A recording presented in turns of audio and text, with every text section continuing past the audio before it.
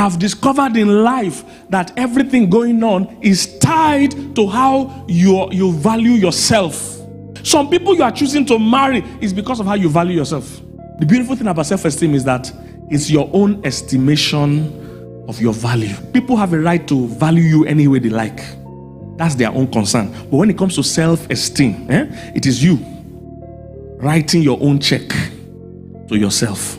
If I ask you to pay yourself this month for how wonderful you have been, how much will you write? You'll be amazed how many people value themselves. Your parents might think you are not worth much. Your friends might think you are not worth much. Your employer might think you are not worth much. Your employees might not think you are not worth much. Your friends might, but it doesn't matter what they think. The principle of life is what you think that is more important than what anybody thinks.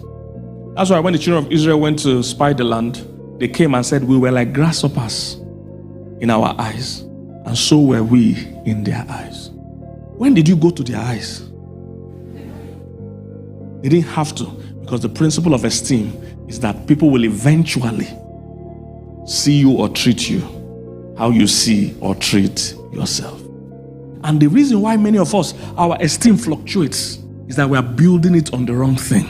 Sometimes we are building it on possessions. Jesus Christ said a man's life does not consist of the things he possesses. Other times we are building it on popularity, what people are saying and what people think. Jesus said, woe unto you when all men speak well of you. Sometimes we build it on position, on title.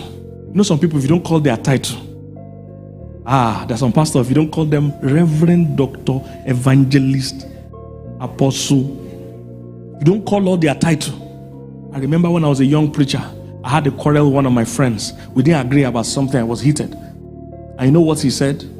He said, from now, he won't call me pastor anymore. Imagine if I was those kind of people that was crazy about title. You know, there's some people that will hurt them. Say, please call me my pastor.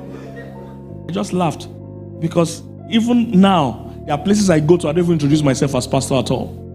I just say, my name is Kingsley. When you get it right, you will know that your name is higher than any title.